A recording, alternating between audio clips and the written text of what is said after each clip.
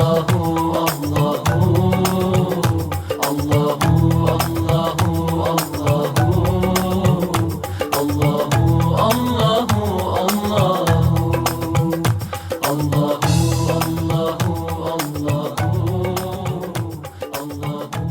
next speaker is Hajara Adeola. Hajara Adeola is the Managing Director and Chief Executive Officer of Lotus Capital Limited. She has over 20 years' experience working in top-tier global investment banks in the UK and Nigeria, where she focused on research and analysis, investment management, Islamic finance, and corporate finance. Prior to founding Lotus Capital, she previously worked with Otto Anderson Consulting, now Accenture, UBS Warburg, PNB Paribas, ARM Investment Managers. Hajara is regarded as the top industry expert in Islamic fund management in Nigeria. Her qualifications include MSc Finance from the Durham University, MBA International Management from Exeter University, BSc Pharmacology, King's College London. Brothers and sisters in Islam, join me as we welcome the dynamic, erudite, distinguished sister in Islam, Hajia Adeola. Assalamu alaikum wa rahmatullah. Assalamu alaikum wa rahmatullahi wa barakatuh. Ramadan Mubarak to everybody. And I want to make a special thank you to the organizers of today's event, and especially Alhaji Adekombi of Admonition. He really is an inspiration, and he works tirelessly and more impressively, very selflessly, with anything at all to do with the deen. And personally, he has encouraged me, and he always gives us feedback when we're doing things that he thinks we can improve on, and I really, really appreciate that, and everybody who's involved in the organizations. Thank you very much. We also thank Allah for making us witness another Ramadan, and it's a big honor for me to share my thoughts and experience in such distinguished company of you, the guests, and especially the other speakers. I've been asked to speak on the place of Sukuk in national development. And in fact, the title was a lot more complicated. It was Confronting the Spectre of National Developmental Possibilities, the Place of Sukuk Funds.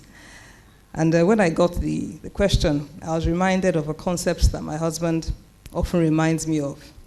And it's called benefit to the listener.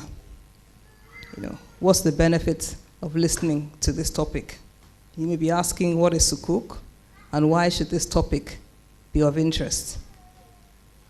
It should interest all of you, because we're talking about viable ways of developing Nigeria. That concerns all citizens, regardless of our religion or our ethnic group. As Nigerians, we're united in our need for basic health care, good education, electricity, water, food, shelter, employment, transportation. Because we didn't invest enough in the past in infrastructure, even when we had the funds to do so, Nigeria and Nigerians are not yet enjoying the desired level of economic and social development that is common in countries much less wealthy than ours. Good infrastructure drives growth, it drives industrialization and economic development. You only have to look at the impact of the telecom revolution. From 500,000 NITOL lines to over 100 million mobile lines in 10 years. We all know what difference it has made to all our lives. So many new industries and existing ones have been enhanced in ways we couldn't imagine. Just take something like Uber. It did not exist, or it could not exist without the internet and the mobile revolution. USSD, star 737, mobile money. So many businesses, so many entrepreneurs enhanced by an improvement in infrastructure. It goes without saying then that without infrastructure, socioeconomic progress is hindered. In Nigeria today, we have a gap of 20 million housing units. We need 20 million houses just to meet the current deficits in Nigeria. And our population has been projected to reach 500 million by the year 2050. Will our society cope? If we're having a small function of 20 people, you can hold it in your home. Once it's getting to 100 or 1,000, we hire a hall. Why? Your home cannot cope with the pressure of the crowd. That is what we are facing in Nigeria. Just imagine our classrooms, which are already overcrowded, our dormitories in schools and universities, our refuse. We complain about refuse, but imagine that everybody in this hall was given a bottle of water, and we only put one dustbin here. I mean, in minutes, it will be overflowing. It will be full, it will be overflowing. So if you know you have a hall of this capacity, you put a dustbin at every row or at every end of the room to match the crowd. Is what we're facing in Nigeria. In order to catch up with the infrastructure deficit, and by infrastructure, what do we mean? We mean roads, we mean schools, we mean hospitals, we mean water, power plants, electricity, fiber optics for the internet, telecom lines, transmission. We need about $30 billion per annum if we want to catch up. That's to spend only on infrastructure, $30 billion per annum spent on infrastructure if you want to start catching up. To understand how much that is, I'm sure you've all been hearing about, they're passing the budget in the National Assembly, 2018 budget. The budget that the National Assembly just passed is 9.1 trillion naira. 9.1 trillion naira today is $25 billion. I've just said we need $30 billion on infrastructure alone. The entire budget is $25 billion. And less than 30% of that is awarded to capital expenditure, which is what they use to spend on infrastructure. So what we have available is about $7 billion compared to the $30 billion that is needed. We are spending less than a quarter of what is needed. In other words, if we're serious about meeting our infrastructure needs, the budget needs to be at least double. We actually need about 11 trillion naira per year on capital expenditure. And that means that really our budget, we should be looking at a budget of 20 to 30 trillion naira. How will we pay for this? Countries like ours must find innovative ways to mobilize investment if we are to fund the infrastructure we so desperately need. And that is where Sukuk can offer a solution. The Islamic capital market globally has unlocked funds that were previously inaccessible due to our dislike for riba or interest. Through financial instruments like Sukuk, we can mobilize additional investment for development projects across the country. But not just mobilize the funds. Sukuk can be structured in a way that the funds are more likely to be used for what they were intended. And Sukuk can only be used for halal things. This is an important distinction from the conventional market. Sukuk is probably considered one of the most prominent contributions of Islam to contemporary finance. In this age of oppression, wars, extremism, Sukuk, with its Islamic connotation, is not tainted by negative media coverage. So what is it? What is Sukuk?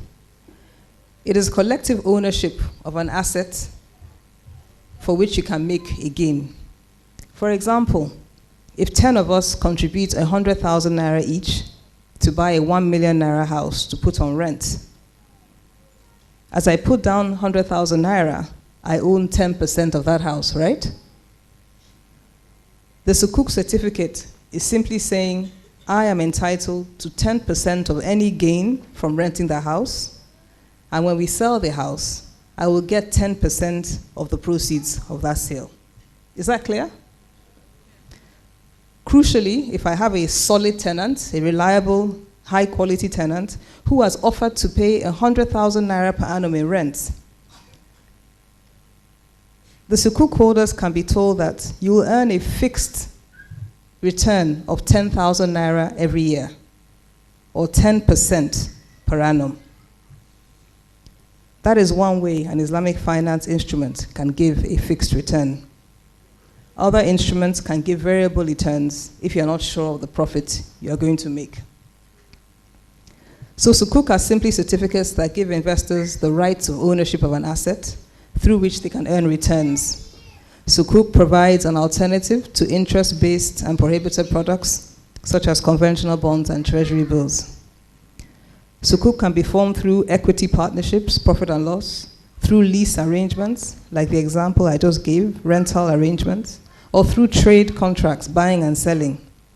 And they allow people to participate in a productive economic activity in a way that does not compromise our faith. It's also not just for Muslims. Anyone can and should invest. In modern days, Sukuk has contributed to significant development projects across the world. In Malaysia, Sukuk have been used to fund the light rail systems. In Dubai, the international airport was built using Sukuk. In Saudi Arabia, Sukuk was used to construct the beautiful Zamzam towers that face the Haram. Even the World Bank has raised Sukuk to acquire immunization vaccines in its intervention in the health sector. Across the world, an average of $100 billion of Sukuk is raised every year, with Malaysia, Indonesia, Saudi Arabia, and the UAE issuing the most. But in recent years, many countries have joined the Sukuk issuing list, including the United Kingdom, Hong Kong. In Africa, we've had South Africa, Ivory Coast, Senegal, Togo, and Nigeria have all issued Sukuk. In Africa, we estimate that over $2 billion, or approximately 800 billion naira, has been issued in Sukuk. Also, international agencies, like I mentioned, the World Bank, but also the International Finance Corporation, IFC, and the Africa Finance Corporation have also issued Sukuk. What is the place of Sukuk in Nigeria's development? I've already said there's an urgent need for infrastructure. Our population is estimated to grow at 3% per annum, and this means an additional 5 million people every year will be depending on the same infrastructure that we have. More people will need transportation, housing, healthcare, electricity, and water every year, and we need to put the infrastructure in place to cater to these needs. Undoubtedly, Sukuk is well suited to fund critical projects required for Nigeria's infrastructure. In September last year, the federal government successfully raised 100 billion naira in Sukuk to fund the construction and rehabilitation of roads across the country. We should celebrate that development. It was a success for all of us. But from the figures I gave earlier, it's just a drop in the ocean, 100 billion naira, compared to 11 trillion naira needed. Sukuk can be used to fund the construction of airports, seaports, housing, hospitals, schools, refineries. Just name it. If it's halal, Sukuk can fund it. The difference between Sukuk and conventional instruments is that Sukuk do a lot more than just provide the money. Number one, they're designed to fund real and well-defined projects, assets, or services. So they create a very strong link between the financial sector and the real economy. This promotes both financial and economic stability and promotes economic growth and employment. Secondly, Sukuk have a very solid governance structure that includes trustees, Sharia advisors, project monitoring consultants who ensure that the funds are utilized as intended. This reduces substantially the possibility of diversion and significantly increases the likelihood that projects are completed. So what is the benefit to you, and what role can we as Muslims play? I listened to some online lectures, and there's one I really enjoy called Quran Weekly by a young American man called Numan Ali Khan. And last week the topic was, what can you contribute? And he was basing the talk on a verse from Surah Al-Tawbah, Quran 9 verse 41, which says in one translation, march forward light or heavy. The context is the Battle of Tabuk against the mighty Roman army, which was about 30,000 to 100,000 strong. And the Prophet, peace be upon him, needed to draft soldiers to fill the ranks to meet that mighty army. And some people were worried about their ability to contribute and asked themselves, am I good enough? What can I contribute? I've hardly fought before. My contribution, I'm too weak. And the conclusion was that everybody has something to contribute, no matter how small. In fact, it's the strength of numbers that is important. We all need to play our part. It goes beyond our personal prayers and spiritual growth to what positive impact we have on our communities and our ummah and our country. So getting involved in national development and things that can improve the welfare of all Nigerians, to me, that is service, that is worship, and that is dawah. One of the challenges we face as we promote Islamic finance, or Sukuk, is the following questions from the authorities. It takes so much advocacy and campaigning and convincing to get them to consider these sorts of alternative instruments, especially in a polarized country like ours when it comes to issues like this. They will ask us this question: are there people who are really interested in this? How big is the demand for Sukuk really?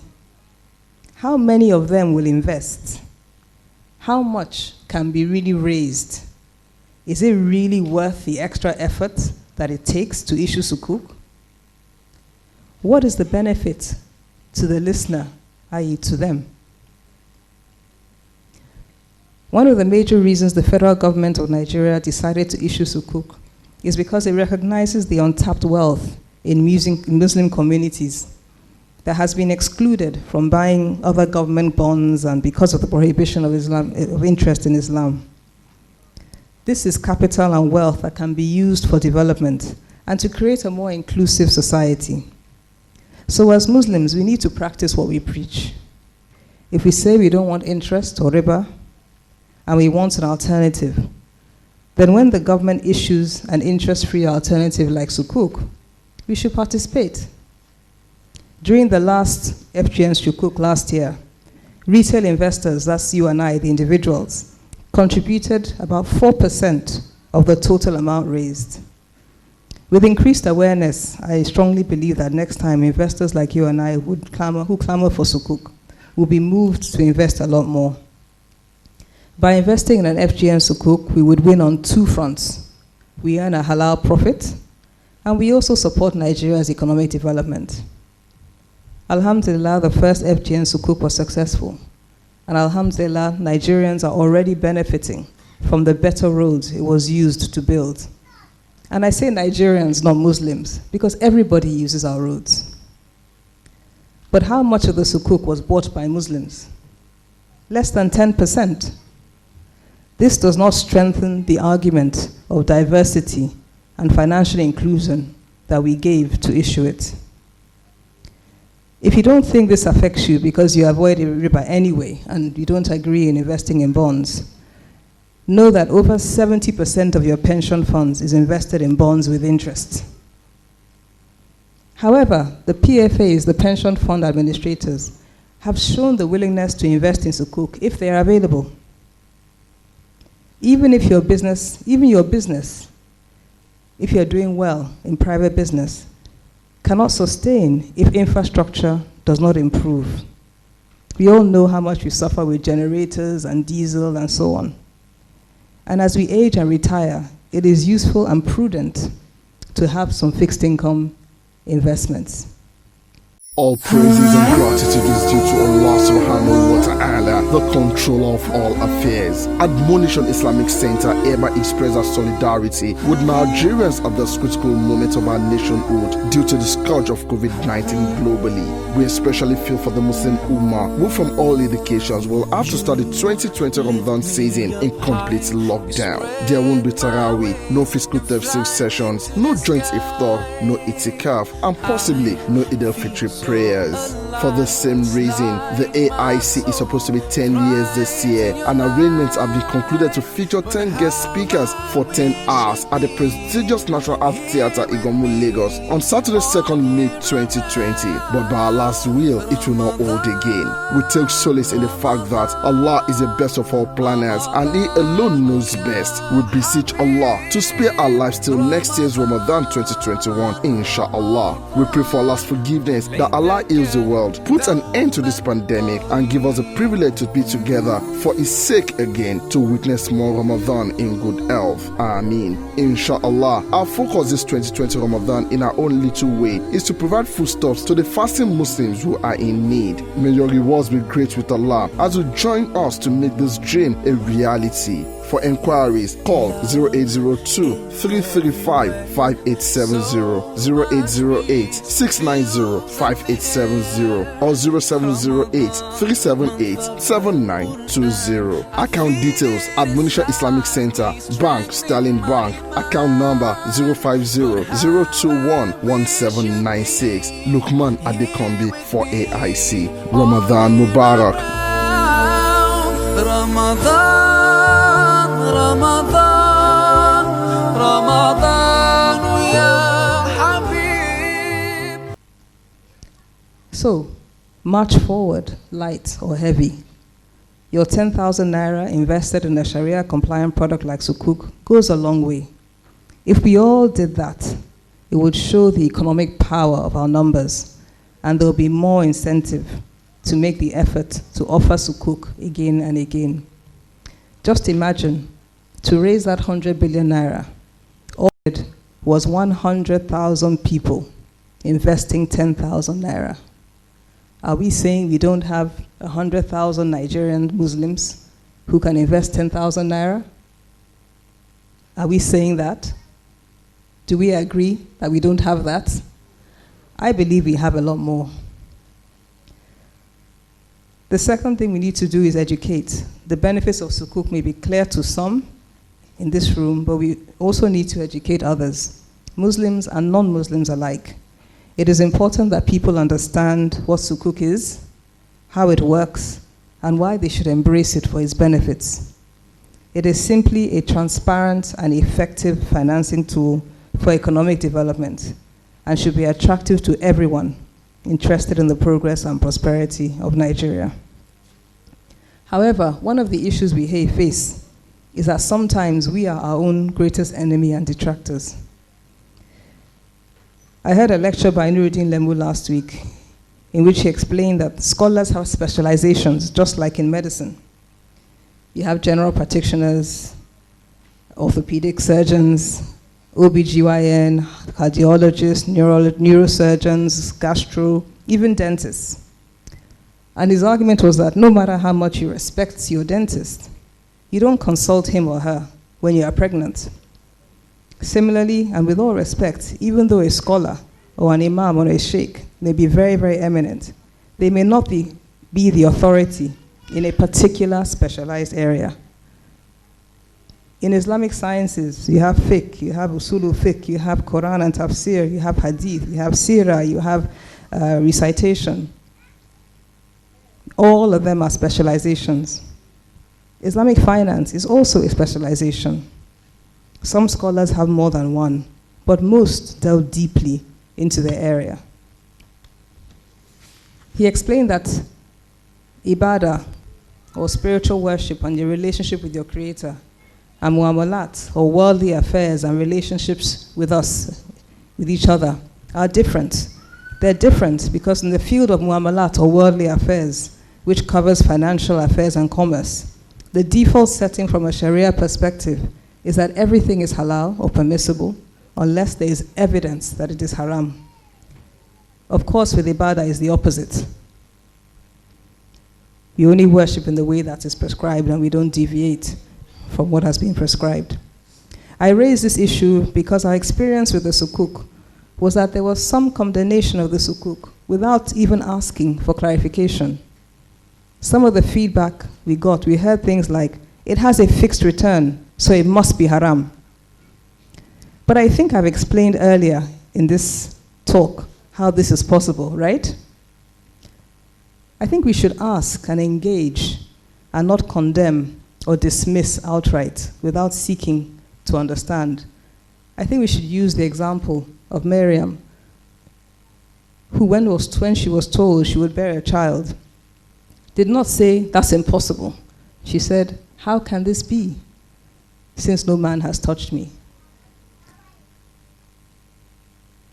In Nigeria, the regulatory authorities take this issue of Sharia compliance very, very seriously, and they have constituted Sharia boards to review any Islamic financial instrument. These are eminent scholars who are specialists in this field and who do not take the burden of giving a Sharia compliance certificate lightly. One scholar explained to me that it is like praying behind an imam in congregation. The imam bears the burden of any mistake he makes, and this does not extend to the follower. They dread to mislead the public for fear of God. I'll round up by talking about the view in the media. I believe Imam Abdulaziz, who should be on his way, will talk about Islam in the view of the media. Fortunately, Sukuk is one of the few things that has very good word association. Everybody agrees that the level of transparency and accountability of the Sukuk structure makes it very beneficial for infrastructure development. The results of the FGN Sukuk issued last year have only cemented that view. In the 6 zones of Nigeria, roads are improving and people's lives are safer and easier because of Sukuk. Sukuk increased the likelihood that the project will be delivered. That is a good enough reason to issue it. That is a benefit to the listener. We now need to show that there is a big market waiting for Sukuk so that more will come and the country can benefit.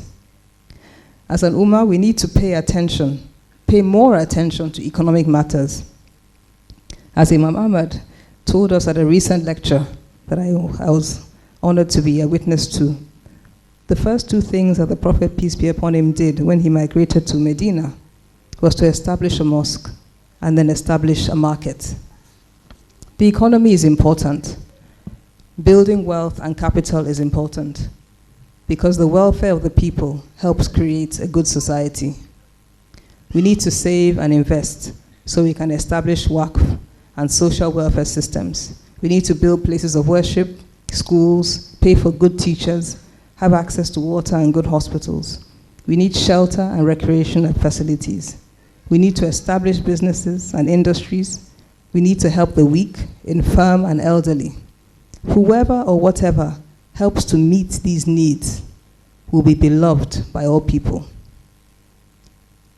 We have to assist our community regardless of faith and be seen as a valuable contributor to nation building. Sukuk, especially FGN Sukuk, is one avenue to both save, invest, and contribute directly to national development. It actually helps both ourselves and our fellow men and women. It's a win-win. If we do that in significant numbers, can you imagine the kind of Nigeria we will enjoy and leave for our children? And can you imagine the view of Islam in the media then? The struggle for national development should not be taken lightly. Not one of us will be comfortable or enjoy a peaceful existence in Nigeria if we do not tackle the problem of infrastructure and social welfare. It is a call to action. As Sheikh Hamza Yusuf said, when there's a breakdown in society and things are going wrong, the question is not, where is God? The question is, where are we? We were taught that the best hour is not words, but kind actions and good character, like the example of the Rasulullah. May Allah assist us in marching forward light or heavy, according to our ability and according to our means. I hope that you find some benefit in what I have said. I pray to Allah to forgive me for any inaccuracies in my speech.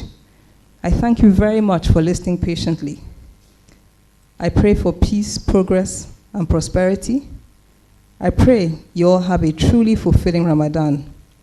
And I pray that you remember me kindly in your du'as. Assalamu alaikum wa rahmatullahi wa barakatuh. Allahu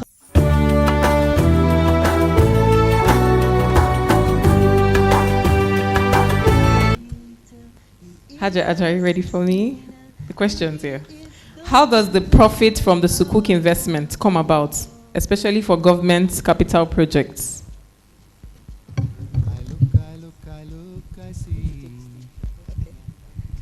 Assalamu alaikum. If you recall the example I gave, if you assume that you needed to raise the Sukuk money, say ₦1 million to buy a house, to build a house, ₦1 million, and then they gathered investment from all of us to raise that ₦1 million successfully. And then they're going to rent that house to a tenant for ₦100,000 per annum. Let's say they get a corporate client, Shell or Mobil, decides to rent that house for ₦100,000 per annum. ₦100,000 on a 1 million house is 10%. Yes? Correct? Yeah. Or 100,000 naira per annum. So every year, that is the income that you will get on the Sukuk. And depending on your share of the Sukuk, you will get a share of that 100,000 naira. So if you invested 10% of the Sukuk, you would get 10,000 naira out of that 100,000 naira every year. And once they sell the house, if they get proceeds, you get your share of the proceeds. If you invested 10% of the proceeds of the house, you'll get 10% of the net proceeds. That is one way, for example, that you could get income from a capital project. And there are many other ways. I know the federal government is looking at introducing toll roads, for example. Now, they're just drafting the laws. If there are toll roads, it becomes a revenue bond, where the toll income is what would be shared, for example, if they use a Sukuk to build a toll road, and so on and so forth. Yeah. Okay, the next question. If Sukuk emphasize on fixed returns, then what happens when the income of the investment increases in relation to the investor? There are many types of Sukuk. There are fixed return Sukuk. Sukuk are customized. Each one is going to be different. It's not generic. So it depends on like I said to you, the difference between Islamic finance and conventional finance, particularly Sukuk, is that it's based on a particular project or service or asset. So depending on the situation, the Sukuk will be structured differently. There could be a Sukuk that would be a profit and loss Sukuk. Whatever money is made, you get your share, and they can't tell you what that would be. It may be a lot of money, it may be a little money, it may be a loss. It's possible. You have the rental-based Sukuk, which is what I described, and which is what the federal government issued yesterday, based on rent. And because we were guaranteed that the rents were going to come, it's able to give a fixed return. And it can be based on buying and selling. So it depends on what the Sukuk is structured, which way the Sukuk is structured. That will depend on the way the money comes, and therefore what kind of returns you can get. So why do you fail to mention the first person to use Sukuk in the government? I can't say the writing very well, of Osun State. The governor of Osun State is the first person to use Sukuk. How do you? That's a very, very good point. And I should not fail to mention that Osun State was the first to issue Sukuk in Nigeria at a sub-sovereign level, at a state government level, and they used it to build schools. The reason I didn't mention it here was because the topic was national development, and so I was taking it from a federal government perspective. But you're absolutely right. Osun State was the vanguard, the forerunner of this national Sukuk, and we're very grateful to them for opening the way. Okay, can someone that wants to build a hotel be a beneficiary of Sukuk? Build an hotel? That we like to avoid, because other things happen in hotels, or alcohol, a big revenue earner is in hotels. But there are also hotels that are absolutely fine, that don't serve alcohol and are just places to stay, which are required in a society. We need hotels in a society. But it's an area we tend to avoid, and it's not one that I would encourage for a public issue. It would probably be more of a private issue when you are very sure of what the intention is for that investment. Do all banks we have in Nigeria operate Sukuk? All banks operate Sukuk. Please, let's stop the questions from coming. We have enough here. I hope that she gets some of the answers in what she says. Did you say banks create Sukuk? Yes. No, banks do not operate. Banks do not operate Sukuk. If you mean, can you buy a Sukuk through a bank? Today you'd have to go probably to your stockbroker to look for the FGN Sukuk. It's traded on the stock exchanges, Nigeria Stock Exchange, and also another stock exchange called FMDQ OTC. Most banks do not have Sukuk. banks do not have Sukuk. Similar questions on how can one subscribe for Sukuk? Please, ma, how do we know? Is it possible to set a higher percentage of Muslims' involvement in Sukuk to restrict non-Muslims? Why would you want to restrict non-Muslims? I don't know. Maybe I don't understand what the question is. Yeah, that's exactly the question. Restrict the percentage for non-Muslims so that Muslims can partake. Can partake. That wasn't the issue. Exactly. The issue was that Muslims did not partake. That was the issue. They did not participate. And if it was not for the non-Muslims, the issue would not have been successful. I'm ashamed to say. They did not come out.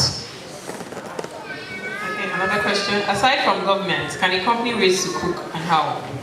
Yes, a company can raise Sukuk in exactly the same way. With the company, you have a lot more, you go through a much more rigorous process, and you have to have a lot of credibility because people have to trust you with their money. So companies can raise Sukuk, state governments can raise Sukuk, local governments can raise Sukuk, as well as federal governments. Kindly explain better on fixed returns. I think I've answered that.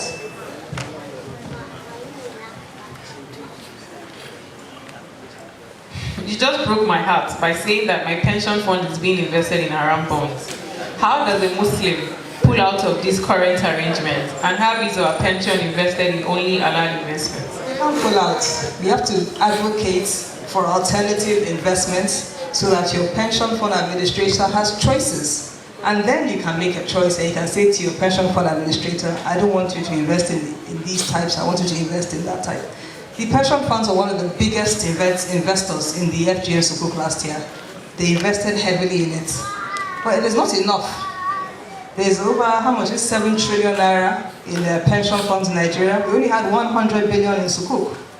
So the more we invest and show that there's a market and there's a demand and desire for it, the more the federal government and other corporates will issue Sukuk, and then the pension funds will have a choice and be able to move. I am heartbroken also. I go to all this effort to avoid, up to setting up a business, to avoid interest-based business. And then all my earnings goes into a pension fund where most of it is in interest. So it's really a shame. Okay. A lot of people have questions on Lotus Capital. Advice, they have a stand outside. You can see them and ask for several of their products. And the question here says, if a project financed by Sukuk failed, who bears it? Islamic finance, is profit or loss sharing based? I hope I got your question. Islamic profit and loss is one form, and I repeat that.